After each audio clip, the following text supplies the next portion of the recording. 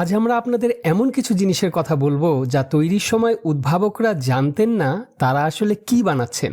আমরা সবসময় নিখুঁত হতে চাই, কিন্তু ইতিহাসের পাতায় চোখ রাখলে দেখা যায় পৃথিবীর শ্রেষ্ঠ অনেক আবিষ্কারই ছিল স্রেফ একটা বড় ভুল।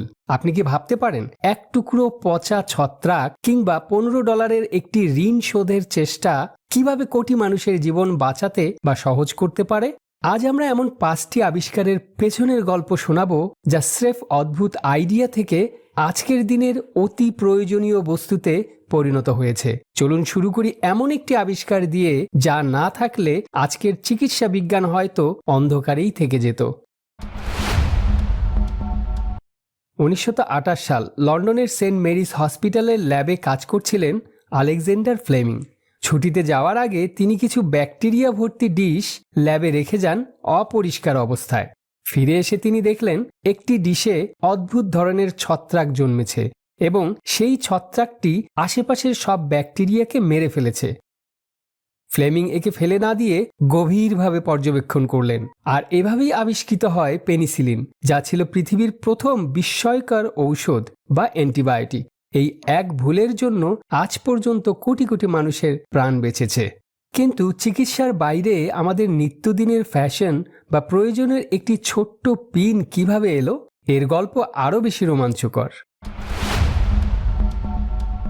1849 সাল উদ্ভাবক ওয়াল্টার হান্ট একজনের কাছ থেকে $15 ঋণ নিয়েছিলেন।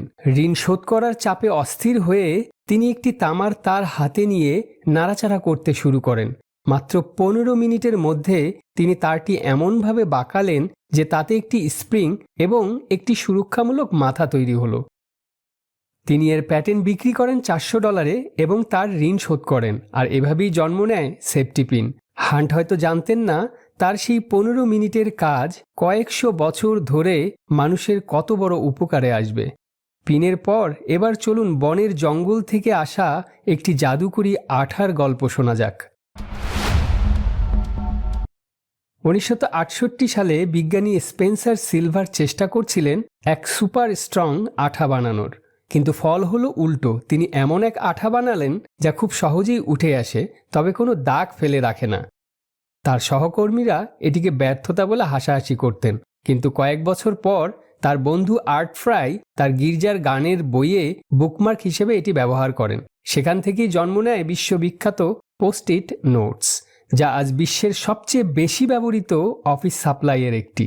ব্যর্থতা যখন সাফল্যে রূপ নেয়, তার চেয়ে বড় অনুপ্রেরণা আর কি হতে পারে? কিন্তু প্রকৃতির কোল থেকেও কি এমন কিছু আসতে পারে? 1948 সালে সুইস ইঞ্জিনিয়ার জর্জ ডি মেস্ট্রাল যখন তার কুকুর নিয়ে জঙ্গলে হাঁটছিলেন, তখন তিনি দেখলেন তার কাপড়ে এবং কুকুরের পশমে কিছু ছোট কাঁটাওয়ালা বীজ আটকে আছে। মাইক্রোস্কোপে পরীক্ষা করে তিনি দেখলেন বীজের গায়ে ছোট ছোট হুক আছে। প্রকৃতিকে নকল করে তিনি তৈরি করলেন হুক এবং লুপ সিস্টেম, যাকে আমরা আজ ভেলক্রো বলে চিনি। জুতা থেকে শুরু করে মহাকাশচারীদের স্যুট, সবখানেই এর জয় জয়কার। আমাদের তালিকায় শেষ আবিষ্কারটি কিন্তু আমাদের প্রাণের সাথে জড়িয়ে আছে।